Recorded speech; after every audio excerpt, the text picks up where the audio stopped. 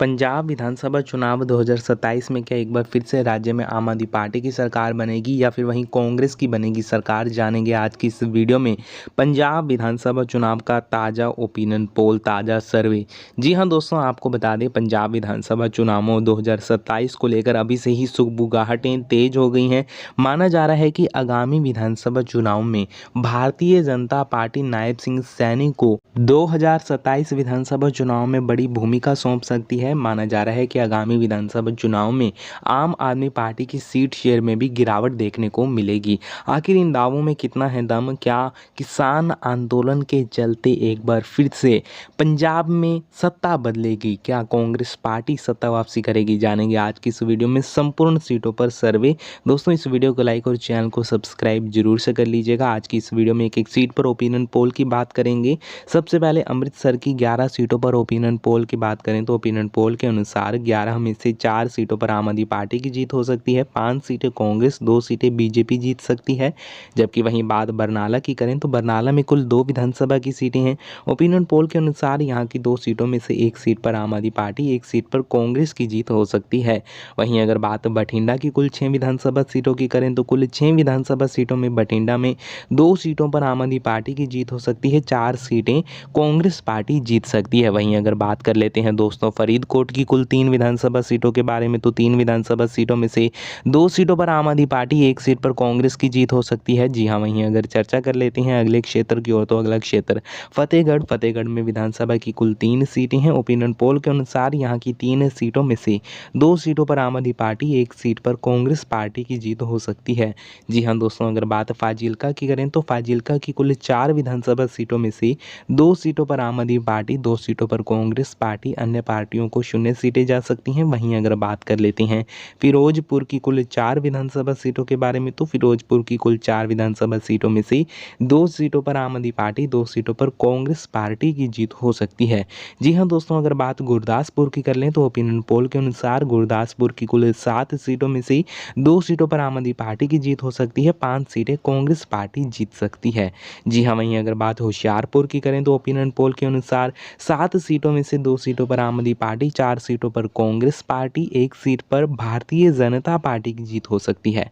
जी हाँ, वहीं अगर बात है जालंधर की कुल 9 विधानसभा सीटों की करें तो ओपिनियन पोल के अनुसार कुल 9 सीटों में से 5 सीटों पर आम आदमी पार्टी, 4 सीटों पर कांग्रेस पार्टी की जीत हो सकती है। इसी के साथ ही अगर बात कपूरथला की कुल 4 सीटों की करें तो ओपिनियन पोल के अनुसार 4 में से 2 सीटों पर आम आदमी पार्टी, 2 सीटों पर कांग्रेस पार्टी, बीजेपी व अन्य के खाते में 0 सीटें जा सकती हैं। पंजाब में कुल मिलाकर विधानसभा की 117 सीटें हैं, जिसमें से सरकार बनाने के लिए 59 सीटें बहुमत का आंकड़ा है। अभी तक ओपिनियन पोल के अनुसार 60 सीटों में से 26 सीटें आम आदमी पार्टी को जाती हुई प्रतीत हो रही हैं, जबकि वहीं 31 सीटों पर कांग्रेस पार्टी, 3 सीटों पर बीजेपी पार्टी, अन्य पार्टियों को 0 सीटें हाथ लग सकती हैं। जी हाँ दोस्तों, ओपिनियन पोल के अनुसार आगामी विधानसभा चुनाव में पंजाब में आम आदमी पार्टी को बड़ा झटका लग सकता है। दिल्ली के बाद पंजाब में आम आदमी पार्टी को माना जा रहा है कि तगड़ा झटका लग सकता है। राजनीतिक पंडितों की माने तो आम आदमी पार्टी को आगामी चुनाव में कड़ी टक्कर मिलेगी कांग्रेस से। लुधियाना की 14 सीटों में से 4 सीटें आम आदमी पार्टी, 8 सीटें कांग्रेस, 1 सीट बीजेपी, 1 सीट अन्य जीत सकता है। वहीं अगर बात मनसा की करें तो 3 सीटें हैं यहाँ पर।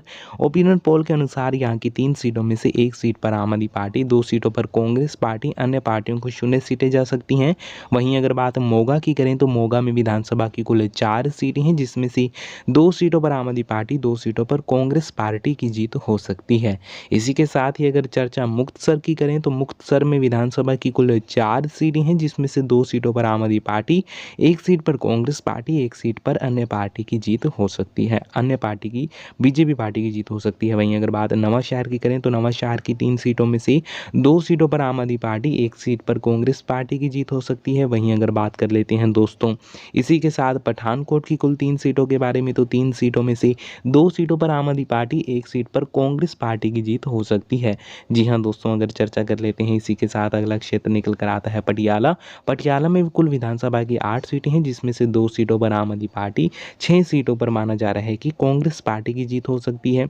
जी हाँ दोस्तों, इसी के साथ अगर बात कर लेते हैं रूपनगर की कुल 3 विधानसभा सीटों के बारे में, तो कुल 3 सीटों में से 2 सीटों पर आम आदमी पार्टी, 1 सीट पर कांग्रेस पार्टी जीत दर्ज कर सकती है। जी हाँ, अगर बात कर लेते हैं इसी के साथ संगरूर की कुल 8 सीटों के बारे में, तो ओपिनियन पोल के अनुसार 8 में से 2 सीटों पर आम आदमी पार्टी, 5 सीटों पर कांग्रेस, 1 सीट पर बीजेपी की जीत हो सकती है। इसी के साथ एसएम नगर की कुल 3 विधानसभा सीटों की बात करें तो कुल 3 सीटों में से 1 सीट पर आम आदमी पार्टी, 1 सीट पर कांग्रेस पार्टी, 1 सीट पर बीजेपी पार्टी की जीत हो सकती है। जी हाँ, अगर बात कर लेते हैं तरन तारण की कुल 4 सीटों के बारे में, तो ओपिनियन पोल के अनुसार 1 सीट पर आम आदमी पार्टी, 2 सीट पर कांग्रेस पार्टी, 1 सीट पर बीजेपी पार्टी की जीत हो सकती है। ओपिनियन पोल के अनुसार, हमारे ओपिनियन पोल के अनुसार 117 सीटों में से आम आदमी पार्टी 47 सीटों पर जीत दर्ज कर सकती है 2027 के चुनाव में, जबकि वहीं कांग्रेस पार्टी 61 सीटें जीतकर राज्य में सरकार बना सकती है। अगले विधानसभा चुनावों में माना जा रहा है कि कांग्रेस की सरकार आ सकती है पंजाब में, वहीं पंजाब में बीजेपी 8 सीटें जीत सकती है आगामी चुनाव में, 1 सीट पर अन्य की जीत हो सकती है। बीजेपी का भी स्कोर कार्ड बेहतरीन होता हुआ नजर बन रहा है। दोस्तों, इस पर आप अपनी राय नीचे कमेंट बॉक्स में जरूर दें। इस वीडियो को लाइक और चैनल को सब्सक्राइब जरूर से कर लीजिएगा। धन्यवाद।